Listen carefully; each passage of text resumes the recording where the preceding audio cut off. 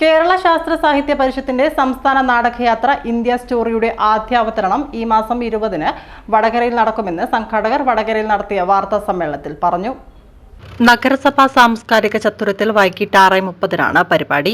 Indian ബഹുസ്വരതയുടെ സൗന്ദര്യം മറച്ചുവെച്ച് സർവവും ഒരു അധികാര കേന്ദ്രത്തിലേക്ക് പരിമിതപ്പെടുത്തുമ്പോൾ അതിനെതിരെയുള്ള ഉണർത്തുപാട്ടാണ് ഇന്ത്യ സ്റ്റോറി എന്ന് സംഘാടകർ പറഞ്ഞു.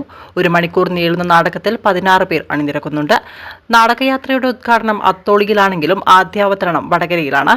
തുടർന്ന് വയനാട്ടിലേക്കും പോകും. സംസ്ഥാനത്ത് മൊത്തം 200ഓളം വേദികളിൽ നാടകം അവതരിപ്പിക്കും. വാർത്താ സമ്മേളനത്തിൽ പി കെ സതീശൻ, മണലിൽ Mohanan, MC Sajeevan, T Valsan, PT Sathanandan, KV Valsan എന്നിവർ പങ്കെടുത്തു. നമുക്കറിയാം, കലാജാഥ എന്ന് പറയുന്നത് പരിഷത്തിന്റെ ഒരു വലിയ ബഹുജന വിദ്യാഭ്യാസ പരിപാടിയാണ്. എന്നെപ്പോലുള്ള നിരവധി ആളുകൾ പരിഷത്തിലേക്ക് വന്നത്, ആകർഷിക്കപ്പെട്ടത് സ്കൂൾ കാലങ്ങളിൽ പഠിക്കുമ്പോൾ സ്കൂളുകളിലേക്ക് വന്ന ഈ പരിഷത്തിന്റെ കലാജാഥയായിരുന്നു. അന്നത്തെ കലാജാഥ ആളുകളിലേക്ക് എത്തുന്നതിൽ വലിയ പങ്ക് വഹിച്ച ഒരു പാട്ടുണ്ട്. പട്ടിണിയായ മനുഷ്യാ നീ പുസ്തകം കയ്യിലെടുത്തോളൂ, പുത്തനൊരായുധമാണ് നിനക്കത്, പുസ്തകം കയ്യിലെടുത്തോളൂ.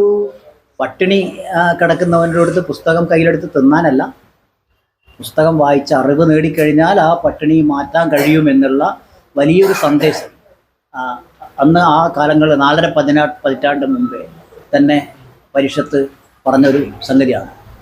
ഇന്നത്തെ പരിഷത്തിൻ്റെ കലാജാഥയുടെ ഒരു പ്രസക്തി നമുക്കറിയാം. ഇന്ന് സമകാലികമായി വന്നുകൊണ്ടിരിക്കുന്ന വലിയ ദുരന്തങ്ങൾ അത് കേന്ദ്രത്തിലോ സംസ്ഥാനത്തോ മാത്രമല്ല, ലോകത്ത് തന്നെ ഉണ്ട്.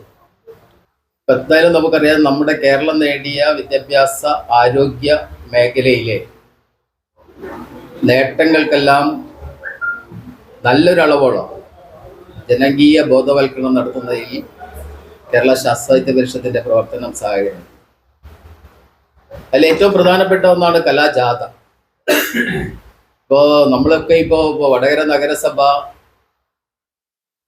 വെളിയിട വിസർജ്യ ഒഴിവാക്കിയുള്ള പ്രഖ്യാപനം നടത്തിയിരുന്നു. ഞാനിപ്പോൾ ഓർമ്മിക്കുന്ന 80കളിൽ ഉള്ള ഒരു ജാഥയിൽ നമ്മുടെ നാടിന് എന്താണ് ആവശ്യമെന്ന് ജനങ്ങളെ ബോധവൽക്കരിക്കണം. നമ്മൾ ഭൂരിപക്ഷ ആളുകളും അന്നൊക്കെ അല്ലേ. അപ്പൊ നമുക്കൊക്കെ ഇപ്പൊ അഭിമാനത്തോടു കൂടി പറയാം, ഇന്ത്യയിൽ കേരളം